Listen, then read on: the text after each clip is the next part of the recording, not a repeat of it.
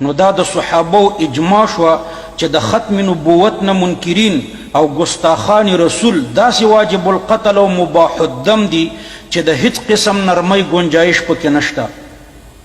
د رسول الله صلی الله علیه وسلم په زمانه کې کعب ابن اشرف یهودی ګستاخی رسول چې د صحابو په لاس قتل شو.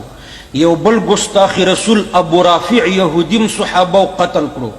ابن خطول مشرک ګستاخی رسولو، ټول مشرکان معاف شو، لیکن ابن خطول معاف نکړو، د کعبه شریفی د غلاف سره قتل کړو. نبی کریم صلی الله علیه وسلم په شان کې د ګستاخانو مال او جان مسلمانانو ته مباح ده. هر مسلمان د حکومت او د ریاست د اجازت نه بغیر قتلولی شي، خصوصا چې ریاست او عدالت اسلامی نه بلکې انګریزی او د لاډ میکالی وي.